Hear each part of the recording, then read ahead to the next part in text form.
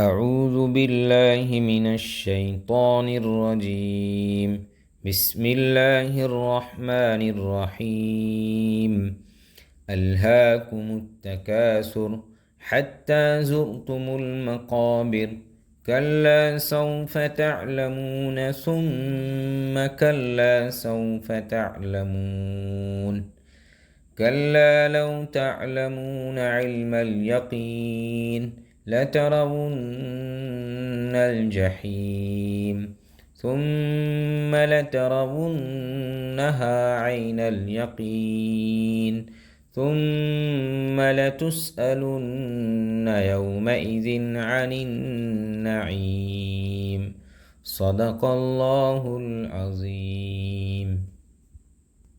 یہ سورہ تکاثر ہے جو مکہ میں نازل ہوئی۔ اس میں 8 آیتیں ہیں اور 1 رکوع ہے۔ تکاثر کے معنی ہیں کسی بھی چیز کی کثرت اور زیادتی کا طلبگار ہونا، خواہ مال ہو یا اولاد یا زندگی کی دوسری چیزیں۔ پیاسا سے پیاسا آدمی پانی کا 1 گلاس پی کر مطمئن ہو جاتا ہے، بھوکا سے بھوکا انسان چند روٹیاں کھا کر اپنا پیٹ بھر لیتا ہے۔ لیکن انسان میں جب دنیا پرستی پیدا ہو جاتی ہے تو اس کی پیاس بجھائے نہیں بجھتی۔ اگر انسان لاکھ پتی ہے تو کروڑ پتی بننے کی آرزو دل میں مچلتی رہتی ہے۔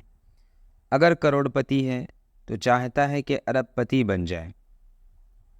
غرض کہ جوں جوں پانی ملتا جاتا ہے پیاس بڑھتی جاتی ہے اور یہ ختم نہیں ہوتی یہاں تک کہ وہ دنیا سے رخصت ہو جائے۔